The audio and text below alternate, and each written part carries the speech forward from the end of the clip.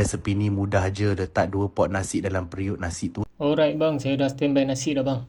Letak kicap cair 3 sudu, Letak kicap Speedmart 1 sudu. kicap pekat 1 sudu, Kicap Speedmart 1 sudu lagi. minyak bijan 1 sudu, Minyak bijan 1 sudu. minyak masak 1 sudu, Minyak masak 1 sudu. sos tiram 1 sudu, Sos tiram 1 sudu. serbuk patai ayam separuh sudu. Serbuk patai ayam separuh sudu. Nak letak lada hitam silakan, tapi aku tak letak sebab malas nak capai. Abang malas, saya pun malas bang. Saya ikut abang je ni. Letak frozen mixed vegetable separuh periuk, Letak carrot dalam periuk. potong daging belikan Family Mart 1 bungkus, Potong sausage Speedmart sebatang. Lepas tu letak dalam periuk.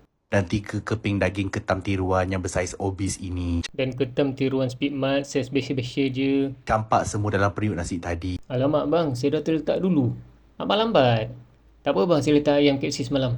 Kalau pakai 2 pot nasi, sukatan air pun 2 pot juga. Saya tak nak dengar cakap abang, saya nak letak lebih. Tu tutup periuk nasi tu, bagi dia masak dalam 40 minit ataupun pergilah tidur. Abang gila tidur dulu, saya ganam style jap. Bangun sahur, nasi pun dah siap, tinggal gaul je. Puasa dah 2 bulan dah bang. Lena betul tidur bang. Saya gaul yang sini jap.